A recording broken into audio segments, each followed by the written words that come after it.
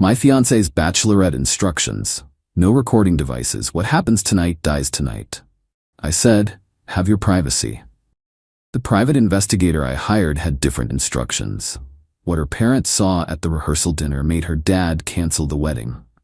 The PI said it was the easiest $500 he ever made. I, 29 male, was supposed to get married last Saturday.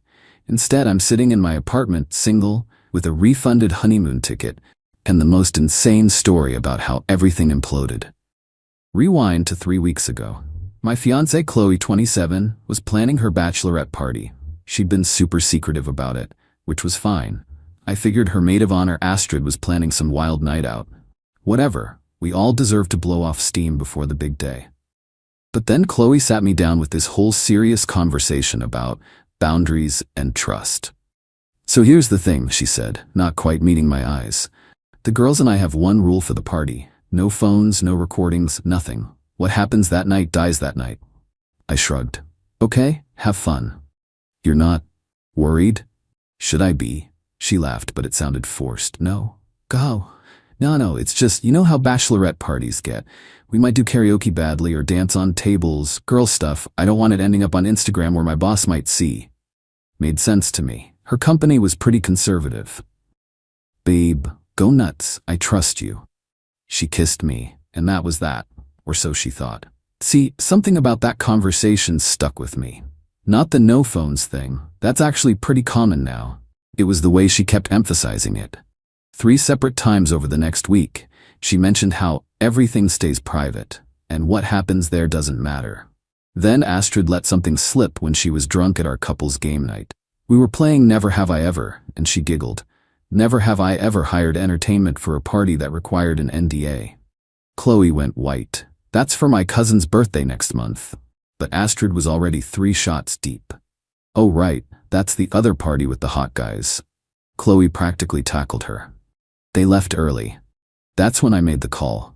I found a PI online, older guy named Hank who looked like he'd seen everything twice. Told him the situation. He laughed. Son, I've done maybe 50 of these bachelorette party jobs. Half the time it's nothing, just girls getting plastered and crying about their youth ending. The other half, he trailed off. Well, let's just say your gut's usually right. $500 flat rate, I'll have someone inside within the hour after they arrive. Photos, videos if needed, full report. How? They're banning phones. I'm not using their phones, leave that to me. The bachelorette party was that Friday.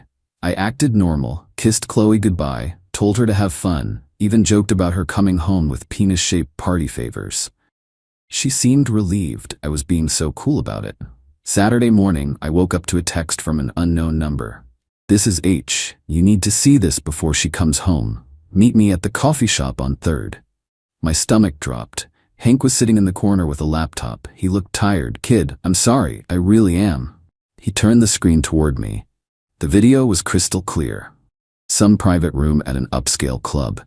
Chloe in a white bride sash surrounded by 8 of her friends, and 3 male strippers, except they weren't just stripping. I watched my fiancée enthusiastically making out with one of them while Astrid cheered her on. Then it got worse. She gave him her room key. I recognized the hotel key card holder I'd bought her. The video jumped to hotel corridor footage. Chloe stumbling into her room with the guy. Him leaving 2 hours later, adjusting his belt. There's more, Hank said quietly. Audio from inside the party room. He hit play. Clear as day, Chloe's voice. Last chance to bang someone who actually has abs. Jordan's sweet, but let's be real, he's gotten soft since college. The other girls laughed. Astrid's voice. Girl, get it all out of your system now. Marcus is so hot and he's totally clean. I got his test results myself. You're the best MOH ever. Jordan would die if he knew, but what he doesn't know won't hurt him. I'll play the perfect wife after this. I stopped the video. Couldn't watch anymore. How? Was all I managed. Hank shrugged. Bartender was wearing a wire. She's done this before for me. Her cousin went through something similar. The hallway footage is from hotel security. My nephew works there. Is this even legal? Recording in a private venue with consent from an employee? Gray area, but not illegal. The hotel footage is security footage for safety purposes. You didn't obtain it illegally. I showed it to you. What you do with it is your business. I paid him. took the USB drive and went home to think. Chloe came home Sunday afternoon, looking exhausted but happy. Gave me this big hug and kiss, told me she missed me, that the party was fun but tame, mostly just dancing and drinks. She even had the balls to show me staged photos they'd taken before the no-phone rule, all of them in pajamas having a spa night. I played along. The wedding was in 6 days. The rehearsal dinner was Thursday. Monday, I called her dad, Richard. "Hey, can you and Diane come over? Need to discuss something about the wedding." They arrived looking concerned. Richard was old-school military, straight-laced. Diane was a kindergarten teacher. Good people who'd raised what I thought was a good daughter. "I need you to watch something. It's gonna be hard." I showed them everything. Diane started crying halfway through. Richard's face went from confused to shocked to furious. His jaw was clenched so tight I thought he'd crack a tooth. That's not, she wouldn't. The timestamp is Friday night, 11:47 p.m. Richard stood up, paced to the window, then spun around. "The wedding's off." "Richard," Diane gasped. "No, I didn't raise a cheater. And I'm sure as hell not paying 30 grand for a sham wedding. Jordan, I'm sorry, son, I'm so damn sorry." "What do I do?" I asked. "If I cancel now, she'll know I know." Richard got this look, the strategic one that probably served him well in the military. "You do nothing. Act normal. Thursday night at the rehearsal dinner after everyone's seated, we handle it. Publicly." "Richard, that's cruel," Diane protested weakly. "Cruel? Our daughter screwed another man 5 days before her wedding while mocking the man she claims to love. That's cruel. This is consequences." They left promising to handle their side. I had 3 days to pretend everything was fine. Update 1: Holy hell, you guys were right about the trickle-truthing. Monday night, after her parents left, Chloe must have sensed something. She started probing. "You've been quiet. You okay?" "Just wedding stress." "You sure? You seem different since my party." "I'm fine." Then she did something weird. She started love-bombing me. Made my favorite dinner. Initiated intimacy. I declined, said I was tired. Kept telling me how excited she was to be my wife, how I was the only man she ever loved. Tuesday, Astrid called me. "Hey, just wanted to check in about the groomsmen gifts." We'd already sorted that weeks ago. This was fishing. "All good. Why?" "Oh, just, Chloe's worried you're acting strange. Did someone say something about the party?" "What would they say?" Pause. "Nothing. Just, people talk, but nothing happened." I didn't say anything, did. She hung up fast. Wednesday morning, Chloe tried a new tactic. She sat me down, tears in her eyes. "I have to confess something. At my party, we hired strippers. I didn't want to tell you because I thought you'd be hurt, but I can't start our marriage with secrets." I stayed quiet. "Are you mad? It was just dancing, I swear. Astrid thought it would be funny, and I didn't want to be a buzzkill." "Just dancing?" "Yes. God, yes. You believe me, right?" "Sure." She looked relieved but also suspicious. "You're taking this really well." "Chloe, we're getting married in 3 days. I'm not gonna freak out over strippers." She hugged me tight, whispered, "You're the best. Those guys were gross anyway. All muscles, no substance, not like you." The absolute audacity. Then came the extinction burst Wednesday night. Her phone died, and she borrowed mine. I watched her check my texts, emails, even my deleted folder. She found nothing because I'd been using a burner to communicate with Richard. She handed it back looking frustrated. "Your phone's acting weird." "Is it?" "Yeah, never mind." Thursday, rehearsal dinner day. Chloe woke up early, made breakfast, kept kissing my cheek. "Tomorrow I'll be your wife." "Can't wait," I lied. At 2 p.m., Richard called her. I heard her sigh. "What do you mean you need to see me?" "Dad, I'm getting my nails done." "Fine, I'll come by after." "What's wrong?" "You sound?" Okay, I'm coming now." She left looking worried, came back an hour later looking relieved. "Everything okay?" "Yeah, Dad's just emotional about giving me away. Got all weepy. Military tough guy crying, can you imagine?" Richard had played her perfectly. Whatever he'd said had lowered her guard. The rehearsal dinner was at 6. Nice restaurant, private room. 40 people, wedding party, immediate family, close friends. I'd insisted we do speeches and toasts, said I wanted to practice my vows. Everyone thought that was adorable. Chloe looked stunning. White dress, of course, hair done, laughing with everyone. She gave a toast about how she'd found her forever person and couldn't wait to start our life together. Then Richard stood up. I wanted to share something special for my daughter's big day. A video montage of Chloe growing up. Chloe beamed. Diane looked sick. I kept my eyes on my plate. The screen behind Richard lit up. Baby photos, kid Chloe at Christmas, teenage Chloe at prom. Then the bachelorette party. The room went dead silent. The video played for maybe 15 seconds. Chloe straddling the stripper, hands in his hair, clearly making out, before Chloe screamed, "Turn it off. Turn it off." Richard didn't move. This was last Friday, 5 nights before my daughter's wedding. The video kept playing. You could hear Chloe's voice clear as day. Last chance to bang someone who actually has abs. Astrid jumped up.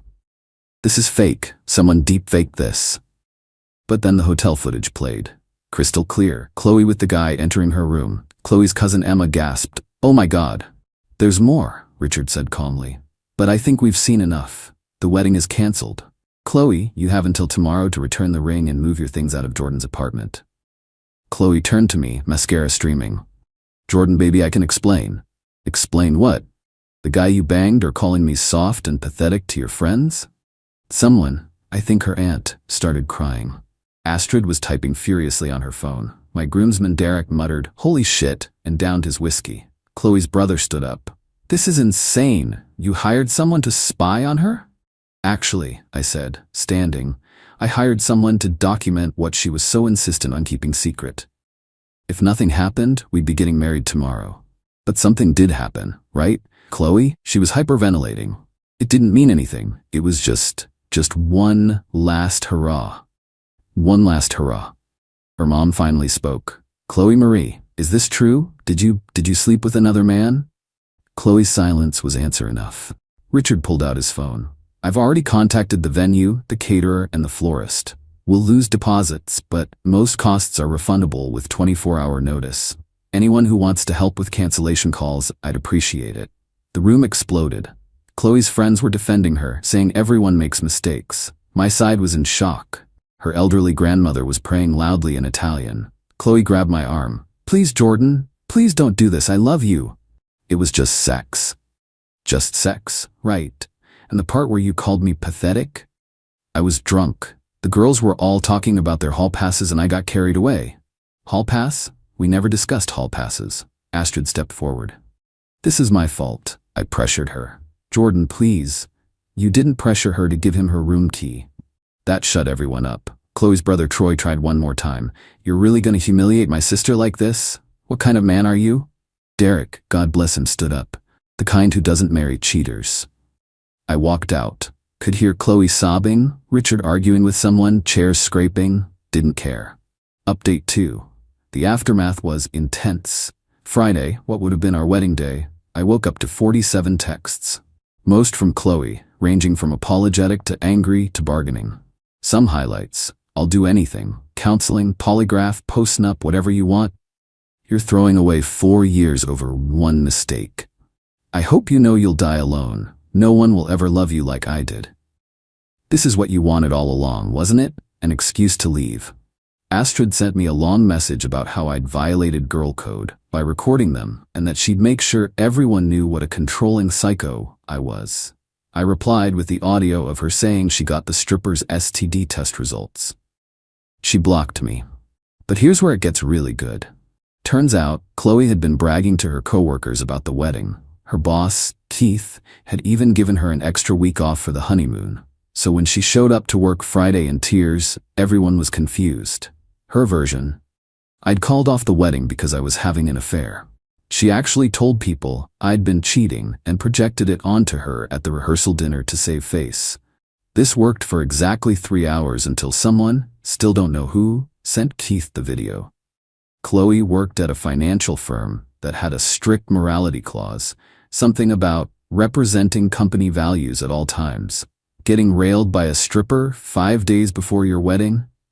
Not a great look. They didn't fire her, but she got demoted from senior analyst to junior, lost her upcoming bonus, and had to undergo professional conduct training. Then Troy started his campaign. Posted on social media that I was an abusive manipulator who hired someone to stalk his sister. The post went semi-viral in our city. But Derek had my back. He commented with screenshots of the texts Chloe sent me, including the one where she admitted it happened and begged forgiveness. Troy deleted the post, but screenshots were already circulating. Saturday, Richard called me. "Jordan, I'm returning the ring to you. Chloe left it on our doorstep with a note calling us judgmental fossils who chose a man over their own daughter. Keep it. Sell it. I don't care." "No, son. You bought this. It's yours. Maybe you'll need it someday for someone who deserves it." That hit hard. Richard had basically just called me son while his actual daughter was imploding. Sunday was when Chloe went nuclear. She showed up at my apartment with Troy and some guy I'd never seen. Turned out to be Marcus, the stripper. The actual stripper.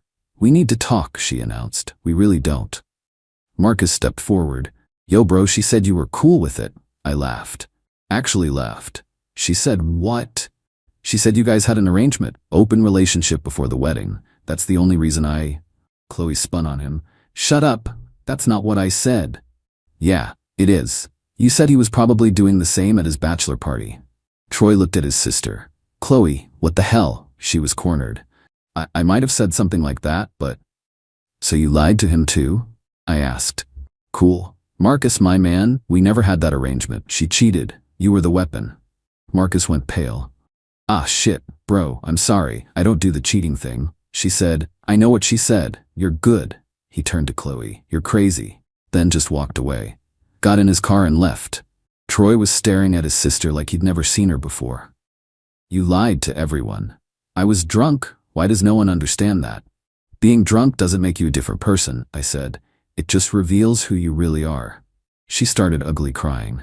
Not cute tears. Full-on snot and wailing. "You've ruined my life. I'll never recover from this." "You ruined your own life. I just refuse to let you ruin mine too." Troy finally spoke up. "Chloe, we're leaving. Now." He basically dragged her away. But not before she screamed, "I faked it every time." I called back. "I know. That's why I was fine with you finding someone else." Troy actually snorted. Even he couldn't keep a straight face. Update 3. 2 weeks since the non-wedding, and things have escalated in ways I didn't see coming. First, Chloe's friends started a campaign to paint me as the villain. They created a whole narrative. I was controlling, jealous, probably abusive, definitely insecure. The bachelorette party was just harmless fun that I turned into something sinister because of my fragile masculinity. Emma, Chloe's cousin who'd gasped at the rehearsal, reached out privately. "Hey Jordan, just wanted you to know not everyone in the family is taking her side. What she did was gross. Grandma is so disappointed she removed Chloe from her will, replaced her with the church." That made me feel slightly better until Monday happened. Monday, I got a letter from a lawyer. Chloe was suing me for intentional infliction of emotional distress and invasion of privacy. She wanted $50,000 for damages to her reputation and career. I called Richard immediately. "Did you know about this?" "Just found out. I'm cutting her off completely." Diane's heartbroken but agrees. "We didn't raise her to be this creature." My lawyer, Jeremy, laughed when he saw the lawsuit. "She cheated on you, admitted it in writing, and she's suing you? This is getting tossed immediately." But Chloe wasn't done. She started showing up at places she knew I'd be. The gym, the coffee shop, even my buddy's bar. Always with different friends, always loud enough for me to hear her telling her version of events. He's so pathetic, hiring someone to stalk me. Probably watches the video every night like a creep. Her friend Simone was eating it up. "Girl, you dodged a bullet. Imagine being married to someone that insecure." I switched gyms. Then came the real kicker. My ex from college, Amy, messaged me. "Hey, random, but did you and Chloe break up?" She DM'd me saying you were single and that I should take my shot because you were desperate for attention. What's going on? Chloe was trying to set me up with my ex. The same ex who'd cheated on me sophomore year. It was so bizarre, I actually laughed. But the universe has a sense of humor.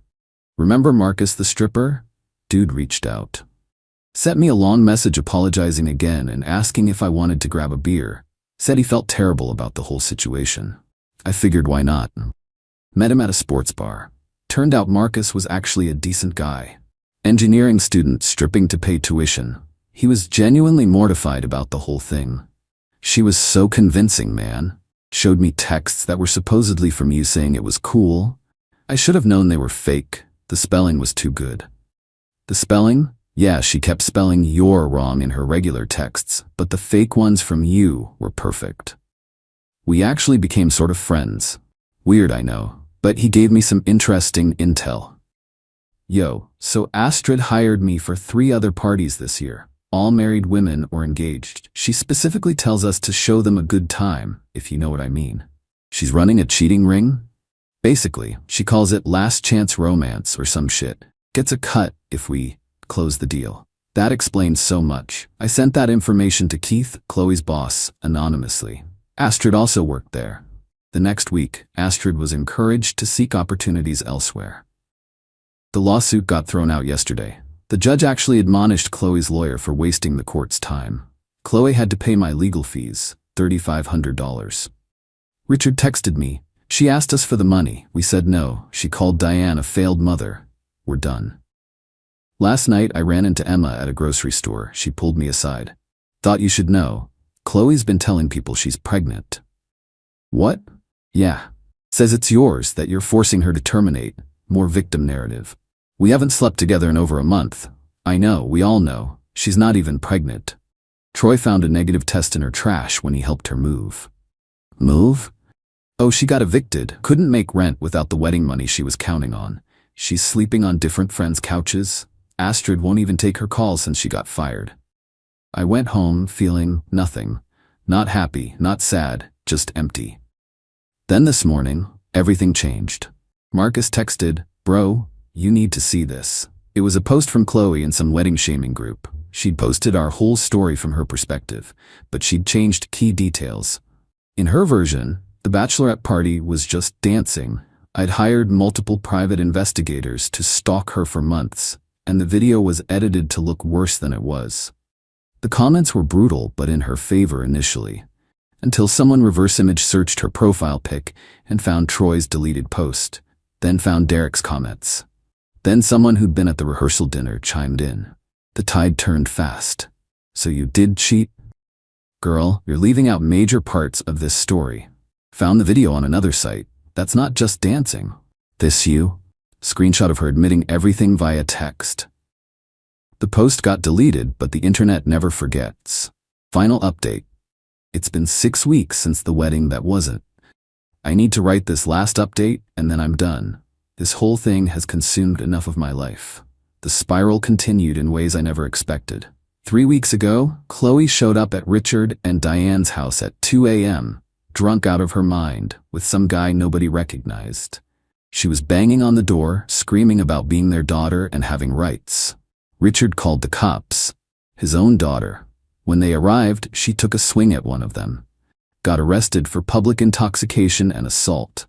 The guy she was with bounced immediately. Turns out he didn't even know her last name. Richard bailed her out the next morning on the condition she go to rehab. She lasted 4 days before checking herself out, saying the place was full of actual addicts and she just liked to party. Diane finally broke, called me crying. What happened to our little girl? This isn't who we raised. I didn't have an answer. Then last week, Chloe did something that actually shocked me. She created a fake dating profile using photos from when we were together, pretending to be me. Bio said things like, "Recent breakup, looking to punish my ex through you, and if you like controlling guys with trust issues, I'm your man." A coworker's wife saw it and told him, thinking it was real. He confronted me at work. I had to show him my actual dating profile, which I'd barely used, and prove the fake one wasn't mine. We reported it, got it taken down, but she made another, and another. Jeremy, my lawyer, sent her a cease and desist. She responded by posting it on social media with, "Look how pathetic he is, getting lawyers involved in a breakup." But here's the thing, people were starting to see through her. Troy messaged me, "I'm sorry about my sister. She's lost it. Mom and Dad want you to know you're still welcome at family events. Chloe won't be there. We've gone no contact." Even some of her friends were backing away. Simone, who'd been her biggest supporter, commented on one of her posts. "Chloe, this is getting concerning. Maybe take a break from social media?" Chloe turned on her immediately, called her a fake friend and a jealous bitch who wanted Jordan for herself. Simone blocked her. The rock bottom came Thursday. Chloe got arrested again. This time for keying someone's car, someone she thought was my new girlfriend. It wasn't. It was just a random woman who drove the same model car my ex Amy drives. She'd seen Amy's car in my apartment complex. Amy had stopped by to return some old stuff she'd found, assumed I was dating her, followed the wrong car, and caused $3,000 in damage. The woman pressed charges. Chloe's looking at actual jail time. Richard called me one last time. Jordan, I'm sorry. For everything. For what she put you through. For raising someone capable of this. For all of it. It's not your fault. Maybe not. But I need you to know, the person you were going to marry doesn't exist. Maybe she never did. The daughter I thought I had. I was wrong. That hit different. Yesterday I got one final text from an unknown number. This is Chloe. Last phone I can borrow. Going away for a while. Treatment or jail depends on the court. Just wanted to say, actually no. I wanted to say I'm sorry but I'm not. You ruined everything. But also, Marcus told me what you said. That you knew I was faking it. You knew, and you still stayed. Why? I responded, because I loved who I thought you were. I was her, sometimes. Sometimes wasn't enough. She didn't reply. Marcus and I grabbed one last beer. He's dating someone now, an actual relationship, not a client. Says the whole experience made him rethink his side gig. Your ex did me a favor, honestly. Opened my eyes to what I was enabling. My life is oddly peaceful now. I'm in therapy, Jeremy insisted. Said I needed to process this properly. Started dating someone new, Pam from my hiking group. She knows the whole story. Finds it wildly entertaining but also deeply sad. The saddest part, she said on our third date, is that Chloe had everything. A good man, a loving family, a solid career, and she threw it all away for what? A few hours with a stranger? 2 hours, I corrected. Marcus left her hotel after 2 hours. Pam laughed. Even worse. The wedding venue kept our deposit, but offered me a credit. I donated it to a domestic violence shelter. Felt like the right thing to do. Richard and Diane sent me a Christmas card. Inside, Diane wrote, "Our son in all but blood. Thank you for showing us the truth, even though it hurt." Troy messaged that Chloe got 6 months probation and mandatory therapy. She's living in another state now with some aunt who's the only family still talking to her. Deleted all her social media. Astrid got engaged to some crypto guy who doesn't know about her past. Give it a year. Emma says Chloe sent letters to the family apologizing but also blaming everyone else. Classic. As for me, I'm good. Genuinely good. Pam and I are taking things slow. She doesn't call me soft or pathetic, doesn't fake anything. It's nice. The PI Hank sent me a message last month. Saw the news about your ex's arrest. Wild. Still the easiest $500 I ever made though. Girl practically filmed herself. He's right. In the end, Chloe destroyed herself. I just refused to go down with her. To everyone asking if I regret how it went down. No. The public humiliation? She humiliated herself. I just made sure everyone saw it. The fallout? Actions have consequences. The only thing I regret is not seeing the real her sooner. But maybe I did see it. Maybe I just loved her enough to ignore it. Not anymore.